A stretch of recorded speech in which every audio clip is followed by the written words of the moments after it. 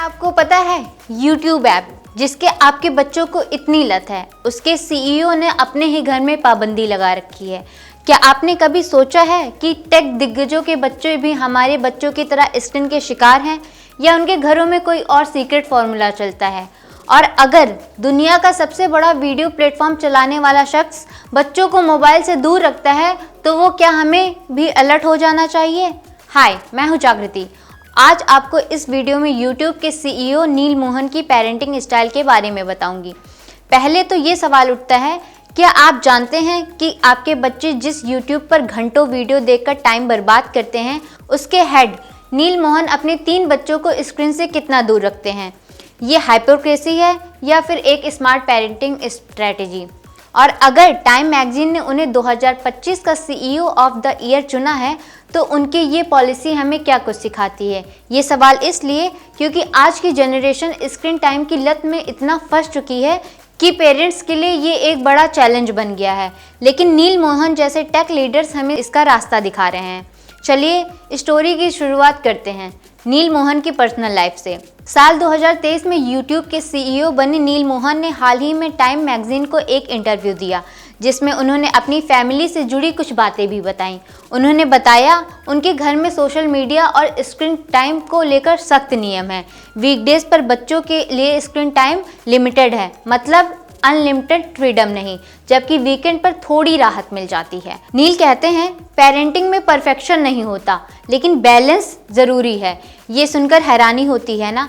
ये शख्स दुनिया को अनलिमिटेड कंटेंट सर्व करता है, वो घर में लिमिट्स लगा रखा है। अब सवाल है कि क्यों नील मोहन जैसे सक्सेसफुल पर्सन अपने बच्चों को डिजिटल दुनिया से दूर रखते हैं? जवाब है बच्चों की मेंटल हेल्थ। नील के मुताबिक ज़्यादा स्क्रीन टाइम बच्चों की नींद बिगाड़ता है, उनका फोकस डिस्टर्ब करता है, इमोशनल डेवलपमेंट रोकता है और ओवरऑल मेंटल हेल्थ पर नेगेटिव इम्पैक्ट डालता है। 3 बच्चों के पिता होने के नाते नील ये रिस्क नहीं ले सकते, और वो अकेले नहीं हैं, एक्सपर्ट्स भी यही कहते हैं। न्यूयॉर्क यूनिवर्सिटी के प्रोफेसर जोनाथन हैट, जो द एंशियस जनरेशन किताब के ऑथर हैं, उनका साफ कहना है कि 14 साल से पहले बच्चों को स्मार्टफोन मत दो और 16 साल से पहले सोशल मीडिया से दूर रखो। क्यों? क्योंकि अब फ़ोन बच्चों को ऐसे कंटेंट एक्सपोज कर देते हैं जहां पेरेंट्स का कोई कंट्रोल नहीं होता। इमेजिन आपके बच्चे अनजाने में क्या क्या देख रहे हैं, और ये सिर्फ थ्योरी नहीं है, ये रियल लाइफ इशू भी है। आजकल बच्चे स्कूल से घर आते ही सबसे पहले मोबाइल पकड़ लेते हैं। स्टडीज़ दिखाती है कि औसतन एक बच्चा 4 से 6 घंटे स्क्रीन पर बिताता है। इसका रिजल्ट बढ़ती एंग्जाइटी, डिप्रेशन और सोशल स्किल्स में कमी। नील मोहन की स्टोरी हमें याद दिलाती है कि टेक इंडस्ट्री के इनसाइडर्स खुद जानते हैं कि उनके प्रोडक्ट्स कितने एडिक्टिव हैं। यूट्यूब का एल्गोरिदम डिज़ाइन ही ऐसा है कि एक वीडियो से दूसरे पर कब चला जाता है पता ही नहीं चलता, यानी कि एंडलेस लूप। लेकिन घर में नील इसे पूरा कंट्रोल करते हैं। क्या ये हमारे लिए एक वेकअप कॉल नहीं है? अब बात करते हैं बड़े पिक्चर की। नील मोहन अकेले ऐसे शख्स नहीं हैं जो पेरेंटिंग में सख्ती बरतते हैं। याद कीजिए, यूट्यूब की पूर्व CEO सुसान वेजस्की ने भी अपने बच्चों को 18 साल तक स्मार्टफोन नहीं दिया था। माइक्रोसॉफ्ट के को-फाउंडर बिल गेट्स ने अपने बच्चों को 14 साल की उम्र तक फ़ोन देने से मना कर दिया।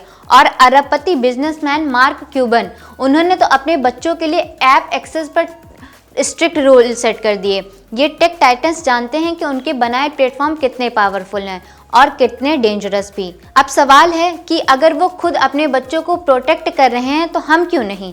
दुनिया भर में ये इशू अब गवर्नमेंट लेवल पर भी पहुंच चुका है।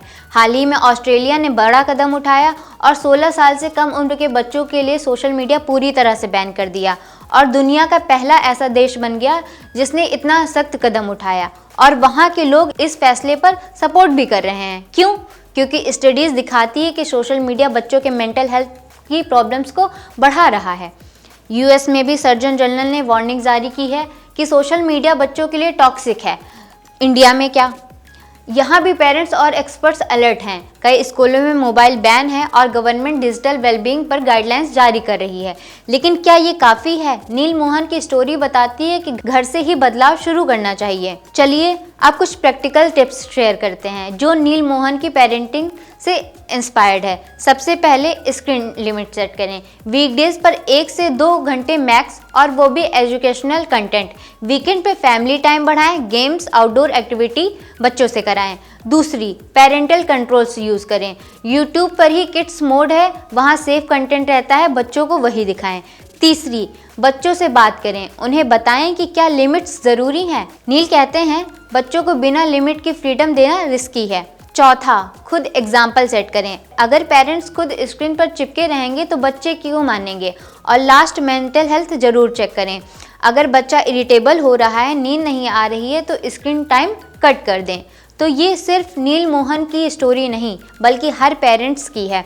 टाइम मैगजीन ने उन्हें CEO ऑफ द ईयर बनाया है, क्योंकि उन्होंने यूट्यूब को नई ऊंचाइयों तक पहुंचाया है। लेकिन घर में वो एक रिस्पॉन्सिबल फादर हैं।